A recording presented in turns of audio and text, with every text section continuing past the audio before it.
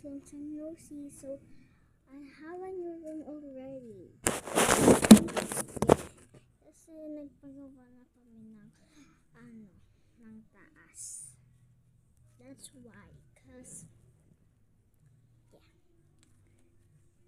Kaya hindi na ako nagpo-post dito guys. Kasi hindi ko na masyado ginagamit yung phone ko na to. Kasi may bago na ginagamit. Yung cellphone kasi ni Papa, usually kong ginagamit. Tapos ito ginagamit niya. That's why. Kasi may TikTok account na ako guys. By the way, follow niyo ako. Pangalan ko dun ay Natalie Pearly. Pag hindi nyo nahanap yung Pearly as Pearly.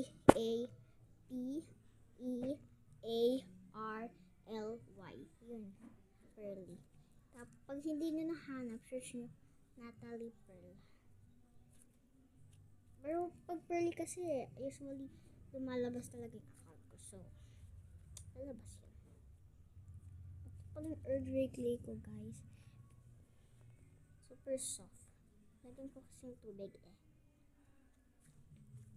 By the way, pili ko to sa best friend ng cousin ko. Sa second favorite ate ko. 5 pesos lang isa sa kanya guys. Sa kanya ako bumili kasi dun sa binibilhan ko na pag isa 10. So, dahil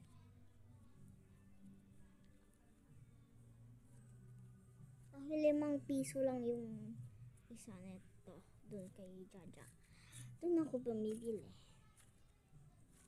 Kay Ate Jaja.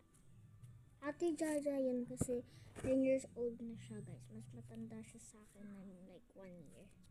Ay, 1 year no. Wait, January 11 months.